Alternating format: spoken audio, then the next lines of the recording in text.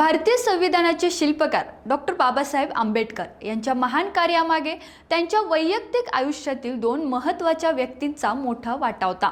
त्या म्हणजे रमाबाई आंबेडकर आणि सविता आंबेडकर। रमाबाई, त्यांना प्रेमाने रमाई म्हटले जाते, त्यांनी अत्यंत कठीण परिस्थितीत बाबासाहेबांना साथ दिली।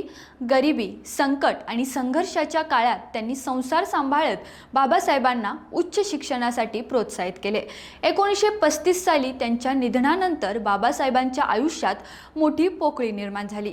यानंतर 14 वर्षांनी म्हणजेच 1948 मध्ये बाबासाहेबांनी सविता आंबेडकर म्हणजेच माईसाहेब यांच्याशी विवाह केला।